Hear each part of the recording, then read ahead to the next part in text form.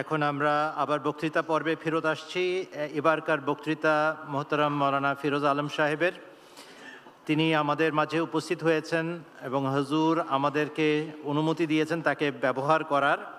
সেই জন্য আমরা সুযোগের সদ্ব্যবহার করছি। আজকে তিনি আমাদের মাঝে বক্তব্য রাখবেন, আর তার বক্তব্যের বিষয়বস্তু হচ্ছে আমাদের প্রতি যুগ খলিফার অফুরন্ত স্নেহ, ভালোবাসা এবং আমাদের দায় দায়িত্ব। যুগ খলিফার অফুরন্ত স্নেহ, ভালোবাসা এবং আমাদের দায় দায়িত্ব, এ বিষয়ে আলোকপাত করছেন মাওলানা ফিরোজ আলম সাহেব, মার্কাজি বাংলা ডেস্কের প্রধান। আসসালামু আলাইকুম ওয়া রাহমাতুল্লাহি ওয়া বারাকাতুহু। আশহাদু আল্লা ইলাহা ইল্লাল্লাহু ওয়াহদাহু লা শারীকা লাহু ওয়া আশহাদু আন্না মুহাম্মাদান আবদুহু ওয়া রাসূলুহু। أما بعد فأعوذ بالله من الشيطان الرجيم. بسم الله الرحمن الرحيم. وإذ تأذن ربكم لئن شكرتم لأزيدنكم لئن شكرتم لأزيدنكم ولئن كفرتم إن عذابي لشديد. শ্রদ্ধেয় আমির সাহেব, সেশনের সভাপতি এবং আমার ভাই ও বোনেরা যারা এখানে এবং দেশের বিভিন্ন প্রান্তে শুনছেন, আসসালামু আলাইকুম আবার। এবং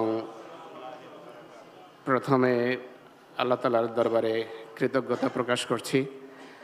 আল্লাহ তাআলা আপনাদের এই জলসায় অংশগ্রহণের সুযোগ দিয়েছেন, সৌভাগ্য দিয়েছেন। সকল প্রশংসা মহান আল্লাহর। অনেক সময় বরকত পাওয়ার বিভিন্ন কারণে হয়তো সুযোগও থাকে না, আর কোনো স্বভাবগত বা প্রকৃতিগত দুর্বলতার কারণে অনেক ধরনের সেশন এড়ানোরও চেষ্টা করি আমি। কিন্তু খোদা তাআলা বরকত এবং কল্যাণে ধন্য করেছেন, করতে চেয়েছেন।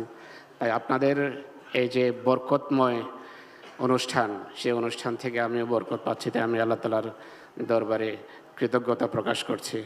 আলহামদুলিল্লাহ আলা যালিক। সারা পৃথিবীতে বিভিন্ন জায়গায়, অনেক জায়গায় যাওয়ার সুযোগ হয়। পৃথিবীর বিভিন্ন দেশের জলসা আমরা দেখি। আল্লাহ তাআলার ফজলে একই স্বাদ, একই সৌরভ, একই আধ্যাত্মিকতা সব জায়গায় দেখতে পাই। এবং আপনারা বাংলাদেশ জামাত যারা জলসা করছেন, এখানেও যে স্বাদ, আনন্দ এবং সৌরভ আমরা অন্য জায়গায় অনুভব করি, সেগুলোর কোনোটির ঘাটতি নেই। আল্লাহ তাআলার ফজলে একই আধ্যাত্মিকতায় পরিপূর্ণ আপনাদের জলসাগাহগুলো। এই জায়গায় জলসা হচ্ছে এবং দেশের অন্যত্র 17-18টি জায়গায় আমাদের প্রিয় বাংলাদেশি আহমদি ভাই ও বোনেরা সমবেত হয়েছেন। তো সব জায়গায় আধ্যাত্মিকতার এক আল্লাহ তাআলার ফজলে জোয়ার বইছে। আপনারা তাহাজ্জুদ পড়ছেন, আপনারা দোয়া করছেন, সালাম বিনিময় করছেন। আপনাদের একটা বর্ধিত ঈর্ষান্বিত মর্যাদাও আছে। সেইটিকে পুঁজি করে আজকের সাবজেক্ট বানানো হয়েছে, আজকের বিষয়বস্তু, যে আমাদের প্রতি যুগ খলিফার অফুরন্ত স্নেহ এবং আমাদের দায় দায়িত্ব। বাংলাদেশ জামাতের প্রতি খলিফাতুল মসির স্নেহের বহিঃপ্রকাশ অনবরত ঘটছে, নিরবচ্ছিন্নভাবে ঘটছে। আপনারা যারা খলিফাকে ফলো করেন, আপনারা জানেন খলিফাতুল মসি বারবার আপনাদের কথা বলেন। বিশ্বের 220টির জামাতের ভিতর গুটি কতক জামাতের নাম আসে, কিন্তু বাংলাদেশ জামাতকে হুজুর ভুলেন না। বারবার প্রায় খুতবাতেই শেষের দিকে আপনারা থাকেন হুজুরের পবিত্র ঠোঁটে।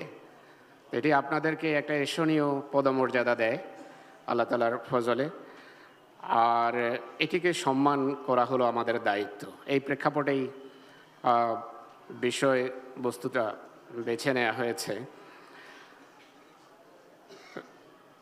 এই কারণে আমাদের উপর অনেক বড় দায়িত্ব বর্তায়।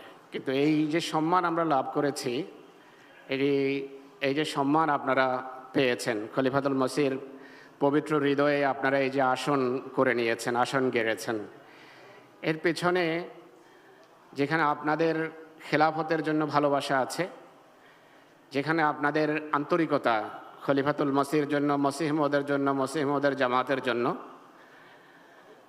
যে আন্তরিকতার বহিঃপ্রকাশ, এটি আমাদের সৌভাগ্য যে লন্ডনে যারাই আসে প্রায় 100% আমি বলতে পারি, আমাদের যেহেতু তাদের সাথে থাকার সুযোগ হয়, তাদের সাথে খলিফাতুল মসির কাছেও যাই অনেক বেশিরভাগ সময়, অনেক সময় যেতে হয় না। তো হুজুরের অভিজ্ঞতা হলো, বারবার বলেন হুজুর এটি বিভিন্ন মোলাকাতে, খলিফাতুল মসির জন্য ভালোবাসার কারণে বেশিরভাগ ভিজিটার্স যারা সেখানে যায়, খলিফাকে দেখতেই আর নিজেদের কান্না সংবরণ করতে পারে না, অশ্রু সংবরণ করতে পারে না, হাওমাও করে কাঁদে হযরত আমিরুল মুমিনিনের সামনে গিয়েই। তো এটার এক অনেক ইতিবাচক প্রভাব পড়ে, এবং এটি এই কথার পরিচায়ক যে বাঙালি আহমদীর হৃদয়ে আল্লাহর খলিফার জন্য গভীর ভালোবাসা আছে। এই জন্য হুজুরও আপনাদেরকে হৃদয়ের মণিকোঠায়, মনের মণিকোঠায় রাখেন, আর এই কারণেই বারবার তিনি উল্লেখ করেন আপনাদের কথা তার খুতবাতে। এছাড়াও আপনারা যেই ত্যাগ স্বীকার করছেন, কোরবানি দিচ্ছেন আল্লাহ তাআলার ফজলে, এটি ঈমানের কারণে। বাংলাদেশের আহমদীরা বারবার বিরোধিতার সম্মুখীন হয়েছে, আল্লাহ তাআলার ফজলে বিরোধিতা কখনো এতটুকু তাদের ঈমানকে ক্ষতিগ্রস্ত করতে পারেনি। এটি খলিফাতুল মসি দেখেন। বরং বলতে হবে যে এই খেলাফতের প্রথম শাহাদাত আপনাদের দেশে হয়েছে, বাংলাদেশে, রঘুনাথপুরে ঝিকরগাছায় রঘুনাথপুর বাগ জামাতে শহীদ শাহ আলম সাহেব, তিনি আপনাদের জন্য নাম কামিয়েছেন।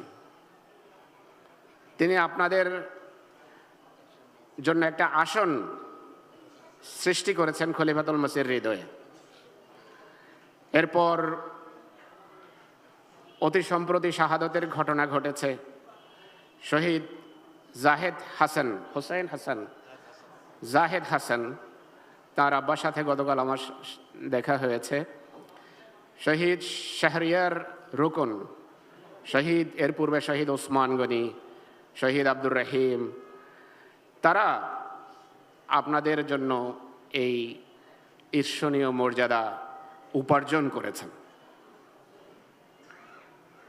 কোরবানি দিয়েছে আহমদনগর জামাত, শালশিরি জামাত, বাংলাদেশের আরো অনেক জামাত।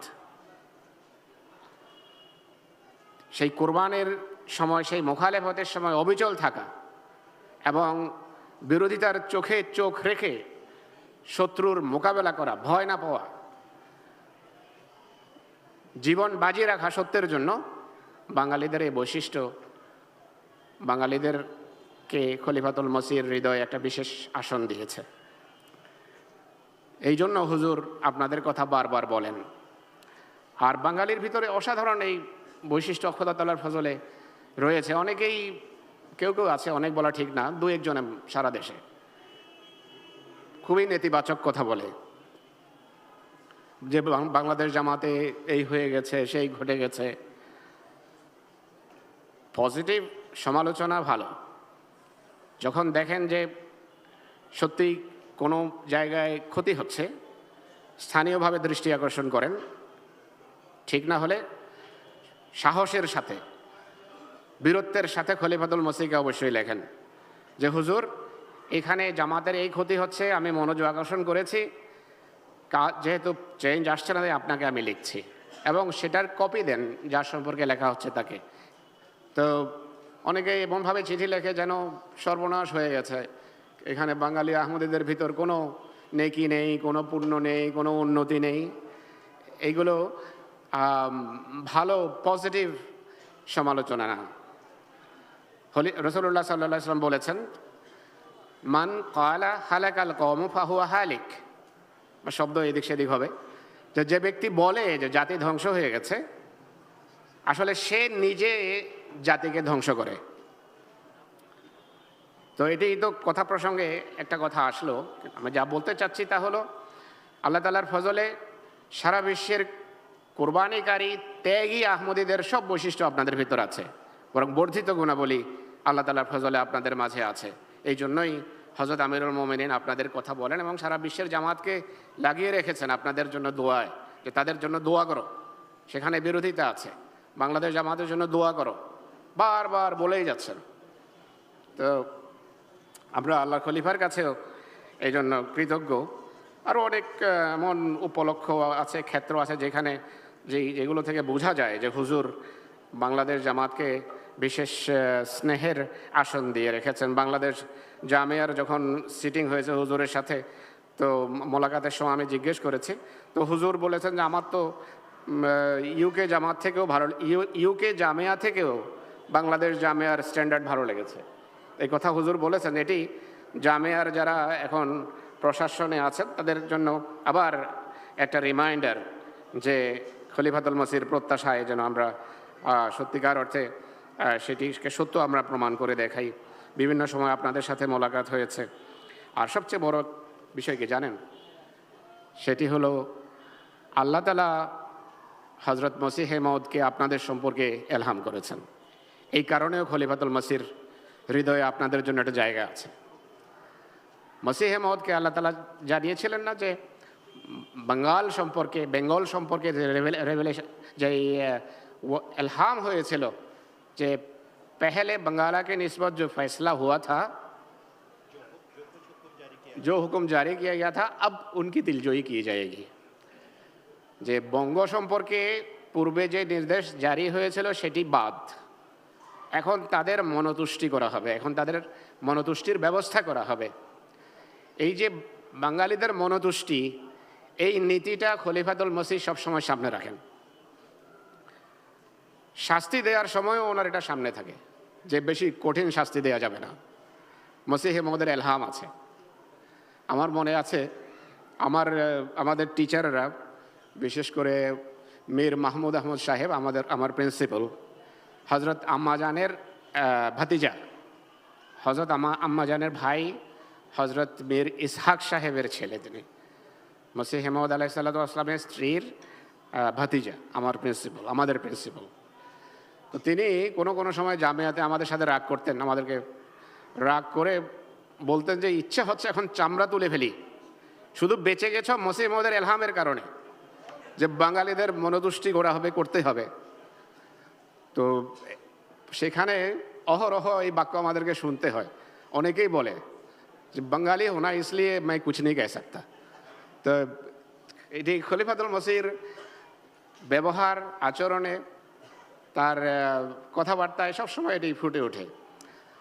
তো এটি আমাদেরকে একটা দায়িত্বের কথা স্মরণ করাতে হবে এই বিষয়টি, যে যেখানে খলিফাতুল মসির এত আদর, এত স্নেহ, সেখানে আমাদের উপর অনেক বড় দায়িত্ব বর্তায় যে কখনো যেন আমাদের পক্ষ থেকে হুজুর কষ্ট না পান। তো সব নাম এবং সম্মানের পিছনে, সুখ্যাতির পিছনে কিন্তু কিছু লোকের কোরবানি থাকে। কিছু লোকের কোরবানি আমাদেরকে এই আসন দিয়েছে, যেভাবে বললাম। আর এর প্রমাণও আছে ইতিহাসে। আমরা জানি যে হজরত মসিহে মউদ আলাইহিস সালাতু ওয়াস সালাম একটা জামাত সম্পর্কে তিনি নিজে এই ধরনের কথা বলেছেন। কপুরথলা জামাতের কথা আপনারা জানেন, এটা পূর্ব পাঞ্জাবের একটা জেলা। কপুরথলার জামাত খুবই নিবেদিত প্রাণ, মুখলেস জামাত হজরত মসিহে মউদের যুগে ছিল। প্রাথমিক অবস্থায়, আজকেও কোনো এক বক্তৃতায় সেই জামাতের এক বুজুর্গের কথা উল্লেখ করা হয়েছে, হজরত মুন্সি জাফর আহমদ সাহেবের কথা। এই জামাত খুব একটা সম্পদশালী ছিল না, কিন্তু আল্লাহ তাআলা অসাধারণ ইখলাস এবং আন্তরিকতা তাদের মাঝে সৃষ্টি করেছিলেন। মসিহ ইসলাম যখনই আর্থিক কোরবানির তাহরিক করতেন, তারা তাদের যা কিছু থাকতো তা নিয়ে হাজির হয়ে যেত। তো একবার হজরত মসিহ ইসলাম এই জামাতেরই মুন্সি জাফর আহমদ সাহেবকে বললেন যে আমার একটা বড় অঙ্ক দরকার, 60, সেই যুগের 60 রুপে কথা উল্লেখ করেছেন, কোনো বই ছাপতে হবে। তো তিনি বললেন যে আপনার জামাতকে বলুন যেন তারা সম্মিলিত কুরবানি করে এই অর্থ আমাকে সরবরাহ করে, যেন ইসলামের জন্য এই পুস্তক ছাপা যায়। হজরত মুন্সি জাফর আহমদ সাহেব চলে গেলেন নিজের গ্রামে, কাউকে কিছু বলেননি, নিজের স্ত্রীকে বললেন যে তোমার গয়নাটা দাও।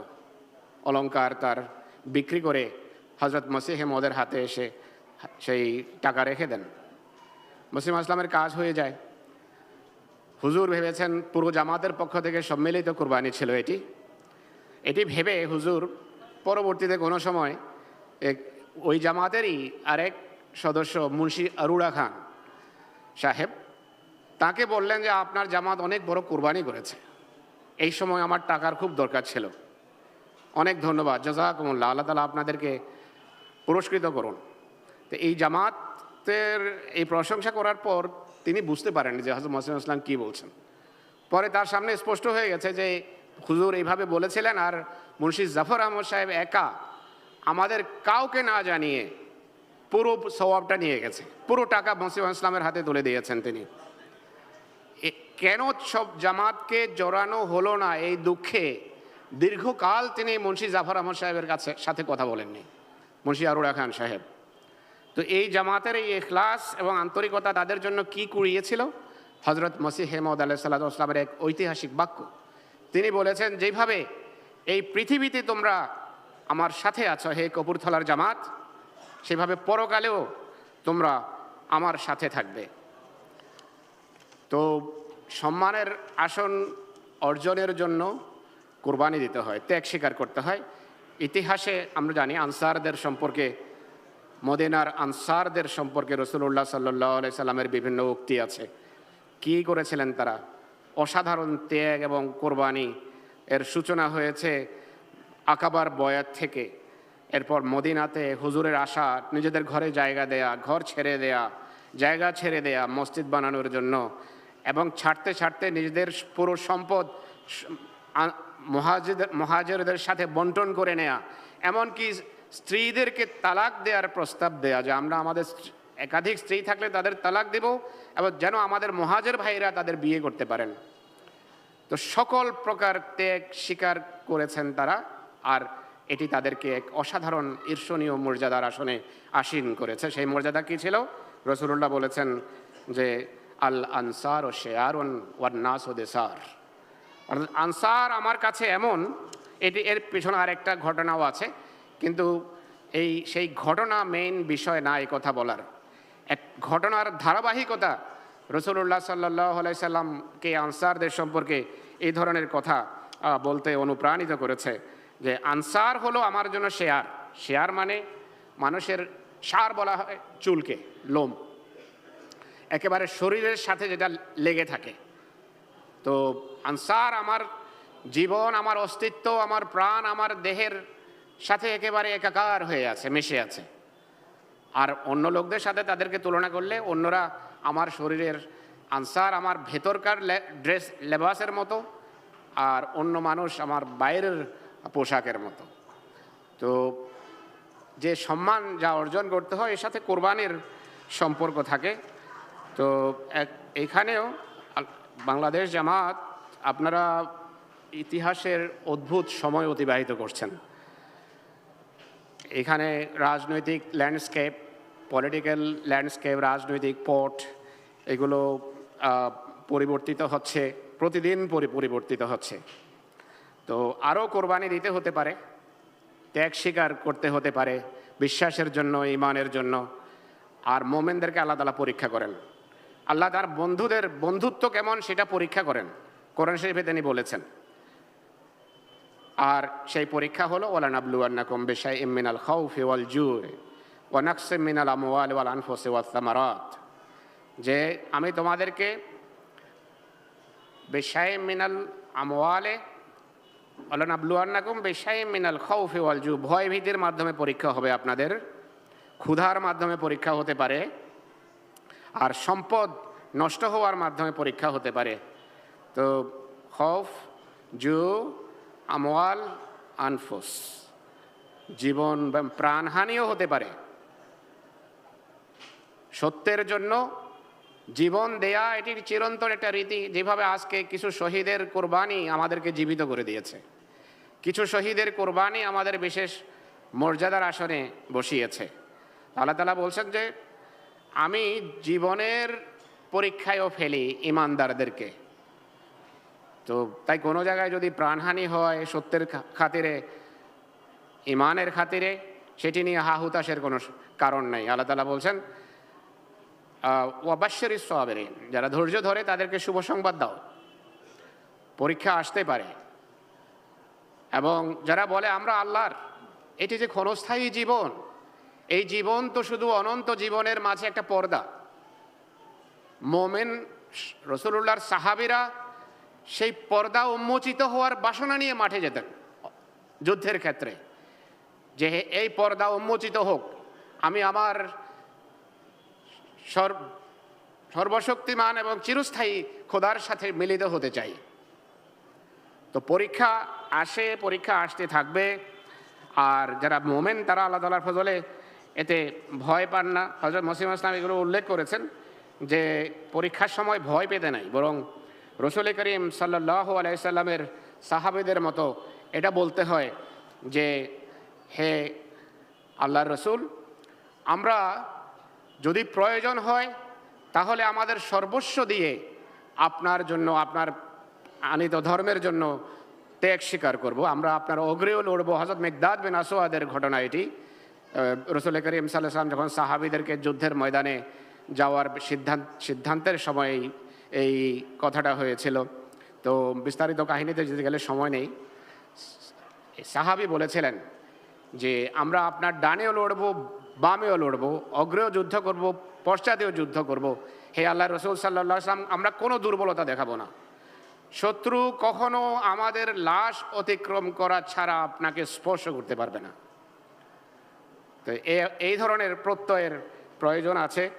হযরত মসিহ মাউদ আলাইহিস সালাতু ওয়াস সালামের উদ্ধৃতি পড়েছিলেন। এখন আমার পূর্বের বক্তা, আমার ইচ্ছা ছিল সেটি পাঠ করার, সেখানেও এই পরীক্ষার কথা হুজুর উল্লেখ করেছেন। এবং সেখানে হযরত মসিহ ইসলাম বলেছেন যে যদি সবাই আমাকে ছেড়ে চলে যায় আমার কোনো চিন্তা নেই, আমি একা ছিলাম, অন্যত্র লিখেছেন, আর একা থাকাতে আমি অসন্তুষ্ট ছিলাম না। এখনও যদি সবাই আমাকে ছেড়ে নিজের রাস্তা নেয়, নিজের পথ অবলম্বন করে, আমার কোনো চিন্তা নেই। তিনি আমার সাথে আছেন, তিনি আমাকে কখনো পরিত্যাগ করবেন না। তো জামাতে আহমদিয়া বাংলাদেশও হযরত মসিহ মাউদ আলাইহিস সালাতু ওয়াস সালাম এবং তার খলিফাকে হৃদয়ের গভীর থেকে এই নিশ্চয়তা দেয় যে হে আল্লাহর মসিহ, হে মসির খলিফা, জামাতে আহমদিয়া বাংলাদেশ কখনো আপনাদেরকে পরিত্যাগ করবে না। আমরা নারায়ে তাকবীর, নারায়ে তাকবীর। হযরত মুহাম্মদ মুস্তাফা, হযরত খলিফাতুল মসিহুল খামেস, নারায়ে তাকবীর। হে আল্লাহর মসিহ এবং তার খলিফা, সারা পৃথিবীও যদি আপনাদেরকে ছেড়ে দেয়, জামাতে আহমদিয়া বাংলাদেশ আপনাদের সাথে সম্পৃক্ত থাকাকে নিজেদের সম্মান এবং মুক্তির কারণ মনে করবে ইনশাআল্লাহ। আমরা বাংলাদেশ জামাত এমন নয় যারা যুদ্ধের দিন পৃষ্ঠ প্রদর্শন করবে। মুসা ইসলাম বলেছিলেন যে যুদ্ধের ময়দানে আমার পিঠ দেখবে না তোমরা। ফার্সিটা হলো মান না আনাস্তম কে রুজে জং বিনি পুষ্টেমান। যুদ্ধের দিন আমার পিঠ দেখবে এটা কখনো হবে না। আমার বক্ষ সামনে থাকবে, রক্ত এবং মাটিতে দেখবে আমার যে কর্তৃত মাথা। তো আহমদিয়া মুসলিম জামাত খুদার খলিফা এবং খুদার মসিকে নিশ্চয়তা দেয়। বাংলাদেশের যত জামাত সেটা শুনছেন আপনারা, এবং আমি জানি আপনাদের সবার মাঝে এই প্রেরণাই বিরাজমান, যে আমরা ইনশাআল্লাহ আল্লাহ তাআলার মসিহ যে আশঙ্কা ব্যক্ত করেছেন, যদিও খোদা এটিকে পূর্ণ করেননি, এবং মসিহকে তিনি নিশ্চয়তা দিয়েছিলেন যে জামাত হযরত মসিহ মাউদের জন্য সর্বস্ব কোরবানি দেবে, ত্যাগ স্বীকার করবে, তারা কখনো আল্লাহর মসিহকে ছেড়ে যাবে না পূর্বের খ্রিস্টানদের মতো। এবং এটি হচ্ছে, আর জামাত আহমদিয়া বাংলাদেশও এই নিশ্চয়তা দিচ্ছে এবং দেশ সব সময় দিয়ে যাচ্ছে যে আমরা আল্লাহর মসিহর সাথে আছি, আল্লাহর খলিফার সাথে আছি। হুজুর সতর্ক করার জন্য বলেন যে যদি কেউ আমার সাথে চলতে না পারে সে যেন আমার থেকে পৃথক হয়ে যায়। আমি জানি এরকম আমাদের মাঝে নেই। হুজুর বলছেন দুঃখ কষ্ট তো আসবেই, আমি জানি না সামনে আরও কত ভয়ানক অরণ্য এবং কণ্টকাকীর্ণ উপত্যকা রয়েছে যা আমাকে অতিক্রম করতে হবে। অর্থাৎ যে সত্য নিয়ে তিনি এসেছেন সেটি খুব সহজে অর্জিত হয়ে যাবে না, এর জন্য ত্যাগ স্বীকার করতে হবে, এবং করে যাচ্ছে আহমদিয়া মুসলিম জামাত আল্লাহ তাআলার ফজলে সর্বত্র। আর বাংলাদেশ জামাতে আহমদিয়া পৃথক কিছু নয়, এটা কোনো এক্সেপশন না। হুজুর বলছেন যে আমি কি ভূমিকম্প দেখে ভয় পেতে পারি? আমরা কি মহান আল্লাহর পথে পরীক্ষায় আতঙ্কিত হয়ে পড়ব? আমরা কি আমাদের প্রিয় খোদার কোনো পরীক্ষায় তার সাথে সম্পর্ক ছিন্ন করতে পারি? কখনো পারি না। এটি জামাতে আহমদিয়া বাংলাদেশের হৃদয়ে নিংড়ানো আওয়াজ, যা হজরত মসিহে মাউদ আলাইহিসসালাতু ওয়াসসালাম লিখে গিয়েছিলেন, এবং আমাদের পক্ষ থেকে আমরা আবার এখন বলছি যে হে আল্লাহর মসিহ, আপনার এই শব্দগুলো আমরাও পুনরাবৃত্ত করছি যে আমরা ইনশাআল্লাহ কখনো আমাদের আল্লাহকে এবং তার সত্যকে কখনো ছেড়ে যাব না, পরিস্থিতি যতই প্রতিকূল হোক না কেন। তো এই কোরবানির কথা বলার পর এখন যে দায়িত্ব আসে আমাদের উপর, দায়িত্বের কথাও এসে গেছে কিছু, আরও অনেক দিক নির্দেশনা হুজুরের আছে যেগুলো মানা আমাদের জন্য আবশ্যক। আমাদের এই সাবজেক্টটাতে একটা আল্লাদের দিক আছে। আল্লাহটা এই অর্থে যে আমরা মনে করি হুজুর আমাদেরকে খুব ভালোবাসেন, এবং যথার্থ মনে করাটা, যার প্রমাণ আমি দিলাম শুরুতে। কিন্তু হুজুর আমাদের কাছে কিছু চান। পিতা তাঁর সেই পুত্রকে ভালোবাসে যে পিতার প্রতিটি কথাকে অক্ষরে অক্ষরে অনুসরণের চেষ্টা করে। আমি আমার নিজের উদাহরণ এটা দিতে চেয়েছিলাম, কিন্তু সময় কুলাবে না। কোনো কোনো সন্তান আছে এমন, তারা জানে কিভাবে পিতাকে সন্তুষ্ট করতে হয়। তো এসে পিতার পা দাবিয়ে দেবে, কাপড় গুছিয়ে দেবে, ব্রাশটা ঠিক করে রাখে, পারফিউম ঠিক করে রাখে, কোথাও আমার আব্বার সমস্যা না হয়। আমার এক ছেলে এরকম, সবগুলোরই আছে অভ্যাস ভালো, কিন্তু এক ছেলে আমার এরকম। তো এখানে আমি আসছি, এটা পিতা সব সন্তানকেই ভালোবাসে, কিন্তু কিছু সন্তানের বিশেষ কিছু ভাব ভঙ্গিমা, আচার ব্যবহার, মানে হৃদয়ে নিংড়ানো দোয়া বের করে তার জন্য। তো আমরাও হুজুরের সেই ধরনের দোয়া পেতে পারি যদি আমাদের অ্যাকশানে আমরা দেখাই যে আমরা আমিরুল মোমেনিনের প্রতিটি কথার জন্য নিবেদিত, তার প্রতিটি নির্দেশ মানার জন্য আমরা উন্মুখ হয়ে থাকি। হুজুর বলেন নামাজের দিকে আমাদেরকে ফিরে আসতে হবে। বারবার তিনি নামাজের কথা বলেন। আমি প্রথম বক্তৃতায় বলেছিলাম যে হুজুরের দিস উইক উইথ হুজুর শুনলে দেখবেন প্রায় অধিবেশনে তিনি নামাজের কথা বলছেন। 5 বেলার নামাজ পড়তে হবে, পড়া না, কায়েম করতে হবে। তার মানে মসজিদে আসতে হবে, তার মানে বুঝে পড়তে হবে, জামাতে নামাজ পড়তে হবে। আর নামাজে যদি হুজুর একেবারে সাম্প্রতিক একটা খুতবাতে বলেছেন, উদাহরণ দিয়েছেন মসিহে মাউদের। কেন কেউ কোনো শিখ বা হিন্দু বড় কর্মকর্তা এসে মসিহ মাউদকে জিজ্ঞেস করেছিলেন যে শুনেছি আপনার আরও এক ছেলে আছে, কোথায়? হুজুর পিতা বলেছেন সে তো মসজিদের, অর্থাৎ মসজিদে সে পড়ে থাকে। মসজিদ গিয়ে দেখো মসজিদের কোনো কোনায় হয়তো পড়ে আছে, বা যে জায়নামাজের ভিতরেই হয়তো লেপ্টে ঘুমাচ্ছে বা পেঁচিয়ে। এটা কারো ব্যাখ্যা ছিল যেটা হুজুর উপস্থাপন করেছেন। তো মসজিদের সাথে এই ধরনের সম্পর্ক চান হুজুর আমাদের।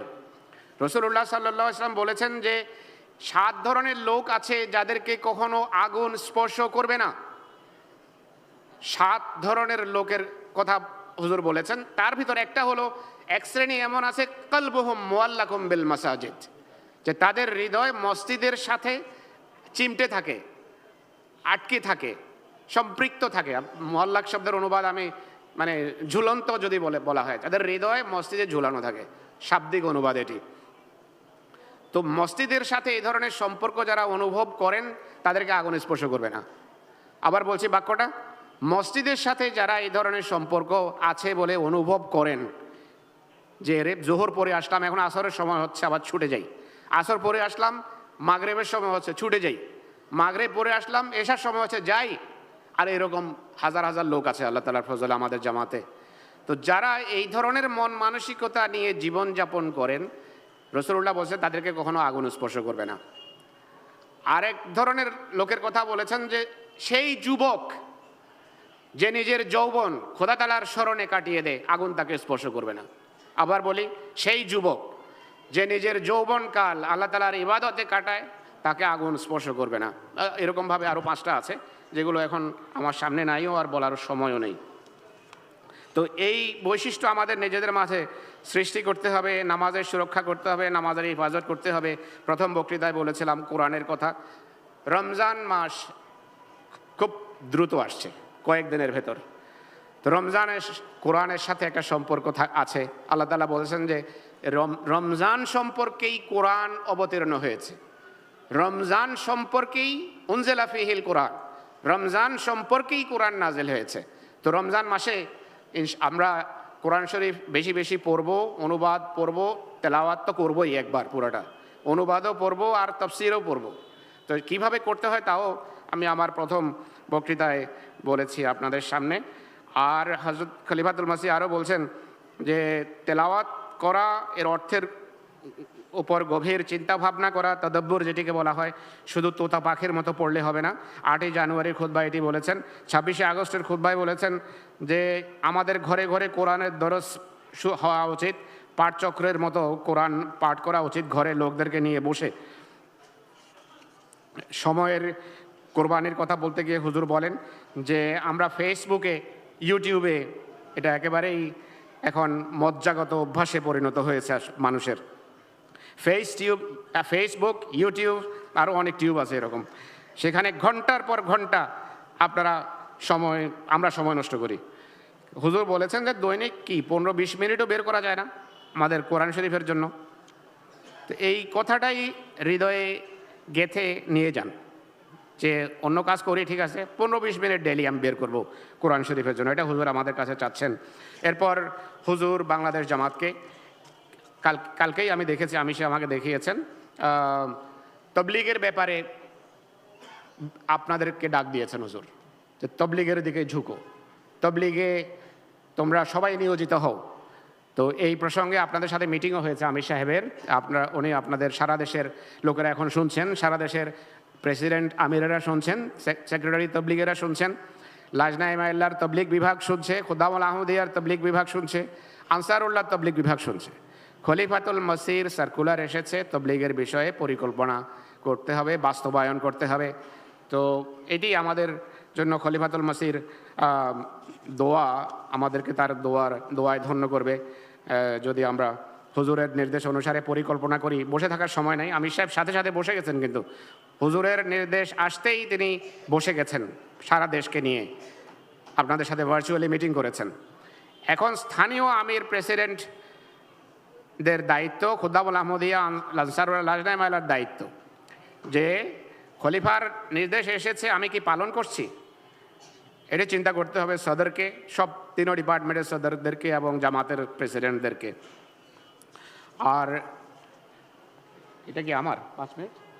আচ্ছা ঠিক আছে। তো শেষের দিকে শুধু এটি বলবো যে আমাদের এখন নিরাপত্তার প্রয়োজন, নিরাপত্তার প্রয়োজন। আমাদের আল্লাহ নিরাপত্তা দিয়ে যাচ্ছেন। আমরা খুবই প্রতিকূল পরিস্থিতির ভিতর অনুকূল অবস্থায় আল্লাহর ফজলে জলসা করছি, সারা দেশে হচ্ছে। তো এটার জন্য কি দরকার? কৃতজ্ঞতা। আল্লাহ দরবারে কৃতজ্ঞতার সেজদা করা দরকার। আল্লাহ এত মেহেরবানি করেছেন। আল্লাহ বলছেন যে যদি তোমরা, আমি যে আয়াতটা পড়েছি শুরুতে, ইন শাকারতুম লা আযীদান্নাকুম, যদি তোমরা কৃতজ্ঞ হও প্রতিটি অনুগ্রহের জন্য, তাহলে আমি তোমাদেরকে আরও বেশি দেব। সিকিউরিটির জন্য কৃতজ্ঞতা প্রকাশ করবা, আরও বেশি নিরাপত্তা দেব। স্বাস্থ্যের জন্য কৃতজ্ঞতা প্রকাশ করো, আল্লাহ তাআলা স্বাস্থ্যে ধন্য করবেন। তো এটা হলো বুদ্ধিমত্তার পরিচয়, যে যেটা চাই ওই বিষয়ে আল্লাহ দরবারে কৃতজ্ঞতা প্রকাশ করেন। আর শেষে দোয়ার দিকটা বলে শেষ করব, যে কপুরথলা জামাতের কথা বলছিলাম, যে দোয়া তাদের ক্ষেত্রে হযরত মসিহে মউদ আলাইহিস সালাতু ওয়াস সালামের দোয়ার ঘটনা আছে, সেটি বলবো। কিন্তু তার আগে মসিহে মউদের দোয়া সম্পর্কে 2-3টা বাক্য পড়ছি আমি, যে দোয়ার দিকে বেশি ঝোঁক দাও। আসল শক্তিই হলো দোয়া। দোয়া করতে যারা জানে তারা ধ্বংস হয় না। যেই জাতি দোয়া করতে পারে তারা ধ্বংস হয় না। শাস্তি আযাবের প্রতিশ্রুতি থাকলেও সময়ে যদি বেঁধে দেয়া হয় যে এই জাতিকে এই সময়ে ধ্বংস করা হবে, জানার পর সেই জাতি যদি দোয়া শুরু করে দেয়, কান্নাকাটি শুরু করে দেয়, ইস্তেগফার শুরু করে দেয়, সেই জাতিকে আল্লাহর প্রতিশ্রুতি দেয়া সত্ত্বেও ধ্বংস করা হয় না।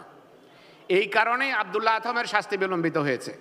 এই কারণেই বিভিন্ন মুবাহেলায় যে বিভিন্ন শয়তানের শাস্তি আসতে দেরি হয়েছে, এই কারণে কিছুটা অনুশোচনা ছিল।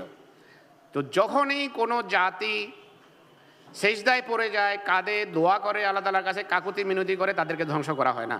ইউনুসের জাতির কথা আমি বলতে চাচ্ছি। আল্লাহ বলে দিয়েছেন ইউনুসকে যে এই সময় মরবে এরা। সেই জাতি বুদ্ধিমান জাতি ছিল।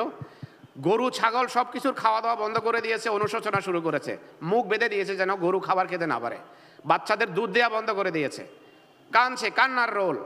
আকাশের নিচে আকাশের খোদা দেখেছেন, নবীর পরোয়া করেননি, টলিয়ে দিয়েছেন সেই শাস্তি। তো আসল বিষয় হলো দোয়া। দোয়ার হুজুর বলছেন, मैं अपने ज़ाती तजर्बा से भी देख रहा हूँ कि दुआओं की तासीर आब ও आतिश की तासीर से बढ़कर है। আমার ব্যক্তিগত অভিজ্ঞতা, হুজুর বলছেন কনভিকশন, যে দোয়ার কার্যকারিতা আগুন এবং পানির প্রভাবের চেয়ে বেশি। আগুন এবং পানি যত প্রভাব আছে তার চেয়েও বেশি, একটা আরেকটাকে নিভিয়ে দেয়, দোয়ায়ের চেয়ে বেশি কাজ করে। बल्कि हुजूर बोलছেন बल्कि असबाब तबिया के सिलसिले में कोई चीज़ ऐसी अजीम तासीर नहीं जैसी कि दुआ है।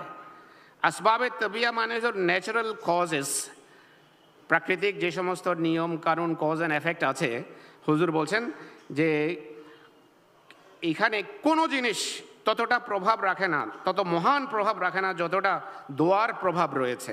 তার মানে হলো সবচেয়ে বড় অস্ত্র এবং হাতিয়ার, বাঁচার, রক্ষা পাওয়ার আমাদের কাছে আছে। মসিহ মউদ আমাদের হাতে ধরিয়ে দিয়েছেন।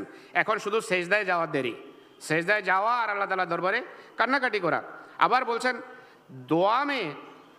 दुआ में खुदा ताला ने बड़ी कुव्वतें रखी हैं। खुदा ने मुझे बार बार इल्हाम के ज़रिए यही फरमाया है कि जो कुछ होगा दुआ ही के ज़रिए से होगा। हुजूर बोलছেন দোয়ায় অসাধারণ শক্তি নিহিত আছে।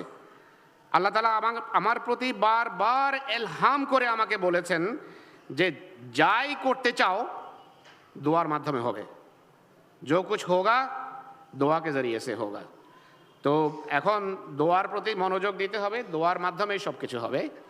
আর এটি আমাদের প্রধান করণীয়। কপুরথলার সেই ঘটনাটা বলে শেষ করি আমি। কপুরথলার ঘটনাটা হলো, যে জামাতকে হুজুর ভালোবাসতেন কেন, সেই জামাত যখন বয়াত করে বেশ কিছু লোক, মসজিদ আমাদের ছিল জামাতের, মোল্লারা ষড়যন্ত্র করে মসজিদটা নিয়ে যাওয়ার, কোর্টে কেস করেছে জামাতের বিরুদ্ধে, আর জজ জামাত বিরোধী ছিল। আহমদিরা খুব চিন্তিত হয়ে কাদিয়ানে ছুটে এসেছেন হুজুরের কাছে, যে হুজুর এই হলো অবস্থা, এখন আপনার দোয়া ছাড়া আর কোনো উপায় নেই। হযরত মসিহে মউদ আলাইহিস সালাতু ওয়াস সালাম তাদেরকে বললেন, আমি দোয়া করব, আল্লাহ তাআলা ফজল করবেন। কিন্তু বিচারক ছিল অনড়, সে জামাতের বিরুদ্ধে রায় দেবেই, কেননা মোল্লা ছিল পিছনে। আবার ছুটে এসেছেন তারা মসিহ মউদের কাছে কান্নাকাটি, যে হুজুর আমাদের মসজিদ গেল। মসিহ ইসলাম তাদেরকে বললেন যে এই মসজিদ যদি তোমাদের হাত থেকে চলে যায় তাহলে আমি আল্লাহর সত্য মসিহ নই, এই মসজিদ তোমরা পাবেই। সেই বিচারক সাহেব এরপর যে রায় দেবেন, যেদিন আহমদীদেরকে মানে রায় দেওয়ার পূর্বে, মানে মনে হয় এক শুনানি পূর্বে আহমদীদেরকে বলেছেন, তোমরা নতুন ধর্ম বানিয়েছো, এখন মসজিদও নতুন বানাও, এই মসজিদে তোমাদের কোনো জায়গা নেই। তো যেদিন রায় লেখার কথা সেদিন তিনি সকালে রেডি হচ্ছেন, প্রস্তুতি নিচ্ছেন, ইংরেজদের যুগ তো, চেয়ারে বসে সাহেব, ওনার কেউ জুতার ফিতা লাগিয়ে দিচ্ছে, জুতা পরিষ্কার করছে, উনি চেয়ারে সেই বসা অবস্থায় রয়ে গেছেন, হার্ট অ্যাটাক, হার্ট ফেইলিয়ার, শেষ। এরপর নতুন বিচারক জাজ এসে জামাতে আহমদিয়ার পক্ষে রায় দিয়েছে। তো এটি আল্লাহ তাআলার মসির দোয়া এবং সত্য জামাতের সাথে এইভাবে খোদা তাআলার আচরণ হয়ে থাকে। তো দোয়ার দিকে আল্লাহ তাআলা আমাদেরকে আসার তৌফিক দিন। দোয়াই আমাদের একমাত্র অস্ত্র। আল্লাহ তাআলার খলিফাকে ও দোয়ায় স্মরণ রাখেন। আল্লাহ তাআলা আমাদেরকে কবুল করুন।